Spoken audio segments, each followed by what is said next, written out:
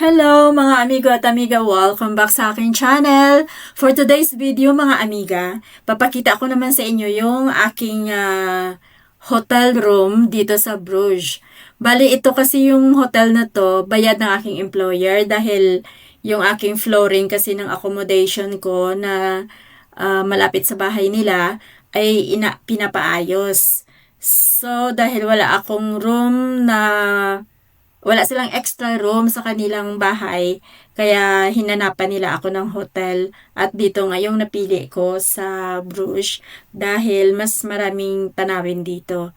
Kaya ito yung aking room. So pagpasok mo, di ba ang ganda naman mga amiga, no? Hotel, Crown Plaza Hotel ito. So, bali pagpasok mo, andyan kaagad yung CR. Pero syempre, didiretso muna tayo doon sa loob. At yan ang aking bed, di ba? Maganda ang unique ng pagkaayos nila ng bed ko, oh. Tapos may may wall clock pa dyan mga amiga. Kaya lang, may ayaw ako dyan eh. Yan nakasulat, yung aking pangalan, nilagay nila Mrs. Di ba miss pa ako? Ang daya nila. Sino kaya naglagay ng misis na yan? Pero at least may apelyido naman ako. Kaya ano talaga yan, sigurado talaga na akin yung room na yan. Tapos meron pa ako sofa dyan. Tapos ang ganda talaga ng pagkalagay nila ng bed. Oh, minsan nga gayahin ko yan. Ang cute, di ba? Kakaiba.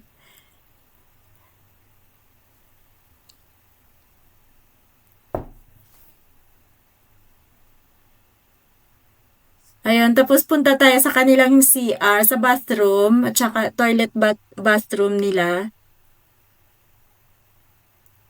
Ayan, yung kanilang shower. Maganda yung shower nila kasi mas mababa, kayang-kaya ko. Kayang-kaya ng aking height. Tapos, ito naman yung sink. Siyempre may towel dyan. Tapos, yan naman yung toilet.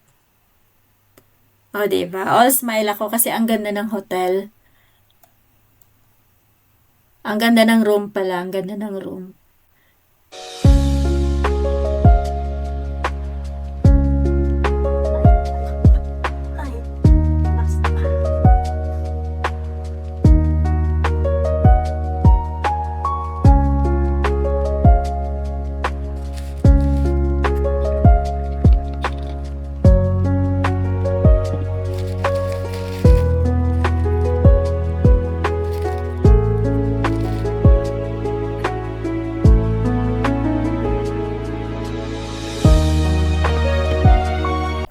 Tapos ito naman pala yung kanilang coffee machine.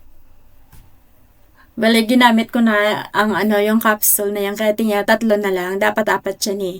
Ginamit ko na yung isa.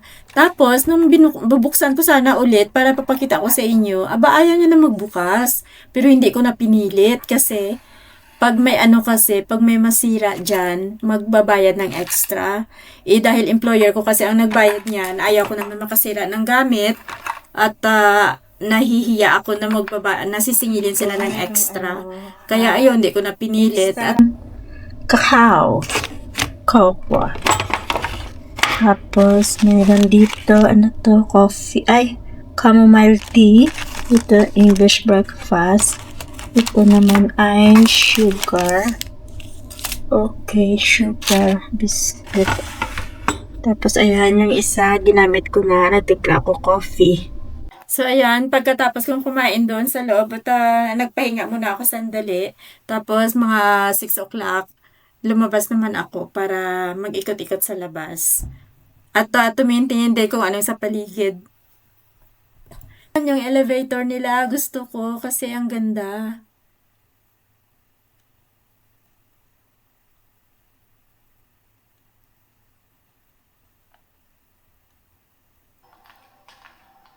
So, ayan yung kanilang lobby. Ang lapad-lapad. At dyan yung breakfast. Mayroon ako kasamang breakfast na yung aking, yung hotel ko. Kasama na yung breakfast, buffet ang breakfast nila dyan. Kaya bukas ng umaga ako mag-start.